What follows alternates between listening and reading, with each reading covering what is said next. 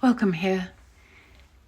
This week's Gospel reading is about Bartimaeus, a blind man who's healed by Jesus as Jesus is leaving Jericho on his way to Jerusalem where he will be crucified. So it's at the end of Mark's Gospel, it's the last healing story.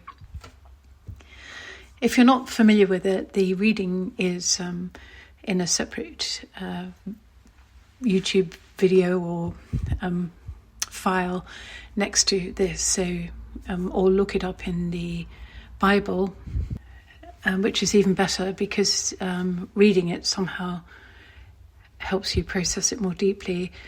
It's in Mark's Gospel, chapter 10, verses 46 to 52. A first pass over this story might lead one to believe that the followers of Jesus are pretty cruel and heartless lot, telling Bartimaeus to be quiet as he's suffering because he's blind. He is clearly the victim here with the capital V. However, you probably have met people like Bartimaeus who are very demanding, loud, behave inappropriately, focus very much on themselves and their own needs, and fairly small scale if we look at it in one way. He's just interested in, could you cure me of the thing that is blighting my life, holding me back from what might otherwise be. But this calling out and shouting and behaving inappropriately in the culture and showing, in fact, a bit of disrespect towards Jesus, because remember, he gets up and runs towards Jesus when he's summoned, but he hasn't made his way towards Jesus before that. He's just sitting there begging, getting money, one expects, from this crowd who are also fed up with him, as people often get with people who are begging. As he sits at the side of the road, he's got a cloak. This means that he's not actually excruciatingly poor. Having a cloak is something, not a sign of great wealth, but a sign that life has not reached the desperate point where you'd sell your cloak. So he's making some kind of living doing his begging, or he has other people helping and supporting him at home. But he is clearly prone to quite obnoxious behaviour, not so much the begging as this sort of shouting, demanding, and demanding that Jesus, in a way, come to him, answer him. When he hears that Jesus is calling him, however, that Jesus has said, no, tell him to come over, he does jump up and he leaves his cloak. So again, I think we can sort of see that he's not impoverished to the point where that might mean that he doesn't eat again for a couple of days. So that's worth noticing. But also there's a sort of reckless and joyful abandonment in it. And also you can see very readily from the gospel point of view, from Mark's telling, and also from your listening, that those around him, and we sort of pondering this account, can see a man come out from under almost a disguise, a sort of a revelation of the energetic Bartimaeus who can get up and move towards Jesus. So the cloak seems to be cloaking him in some way. On top of that, in this gospel, we hear Bartimaeus call out to Jesus, son of David, Bar David. And Bartimaeus himself is Bartimaeus. They're both named after their father. Nothing unusual there, except that in Mark's Gospel, people who are healed are not normally named. And this name may have been mentioned by Mark because it was important. One way it was important is that Timaeus is not a purely Jewish Semitic name. It's a Semitic Greek hybrid word. Indeed, Plato has a Timaeus in his writings, a man who delivered important cosmological, theological argument. And the argument that Plato's Timaeus puts forward is that sight is the foundation of knowledge. So that's interesting in this context of a blind man, an interesting connection. A scholar called Gareth Hughes suggests that Timaeus could be from one of two Aramaic sources. We've already noticed that it's not pure Semitic. And one source would mean that Timaeus meant honoured one, and another impure one. So he could be the son of ignominy or the son of fame and honour. And this is what I just want to take a couple of minutes to consider, that Bartimaeus is a man who is conflicted in honour-shame, and that his sense of shame and need for honour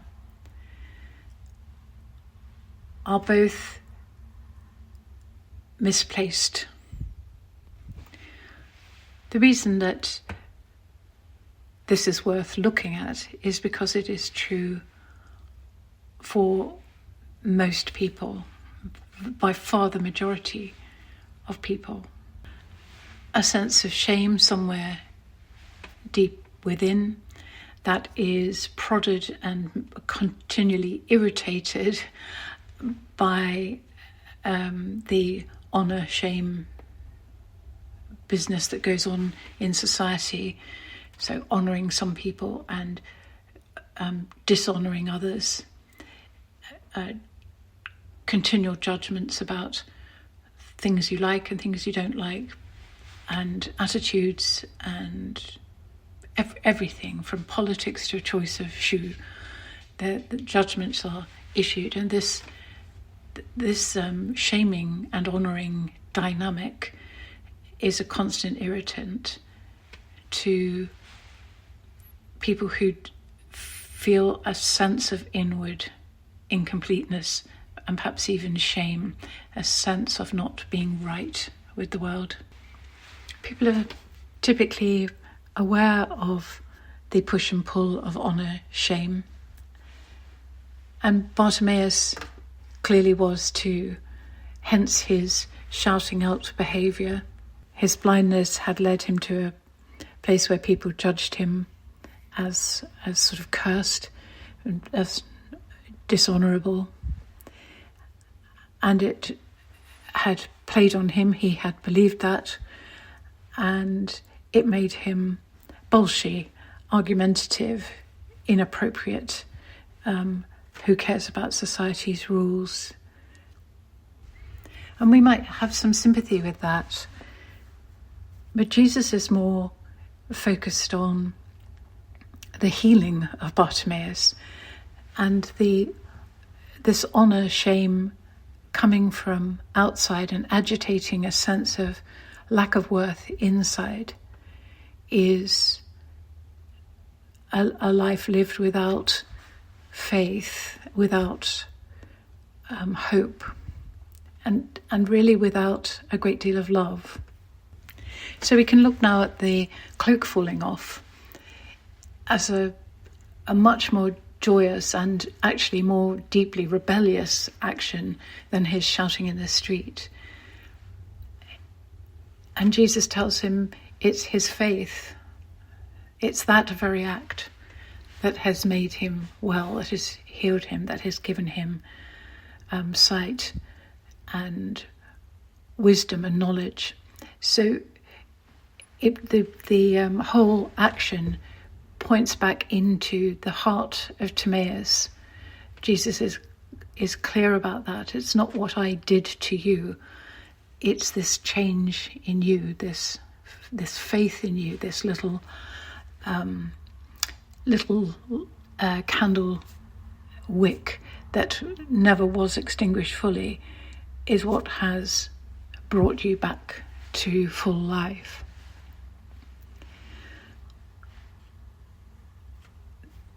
And so it is with people who are pushed around by the honour, shame, judgment system of their society, agitated in their concern that they may not be quite right.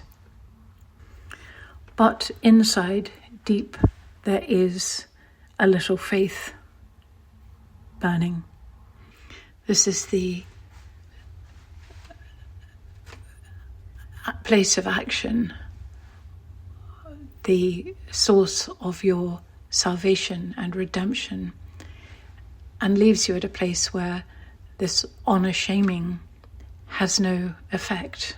It just no longer rasps at your heart or your sense of self, because the self becomes deeply rooted in the truth of faith.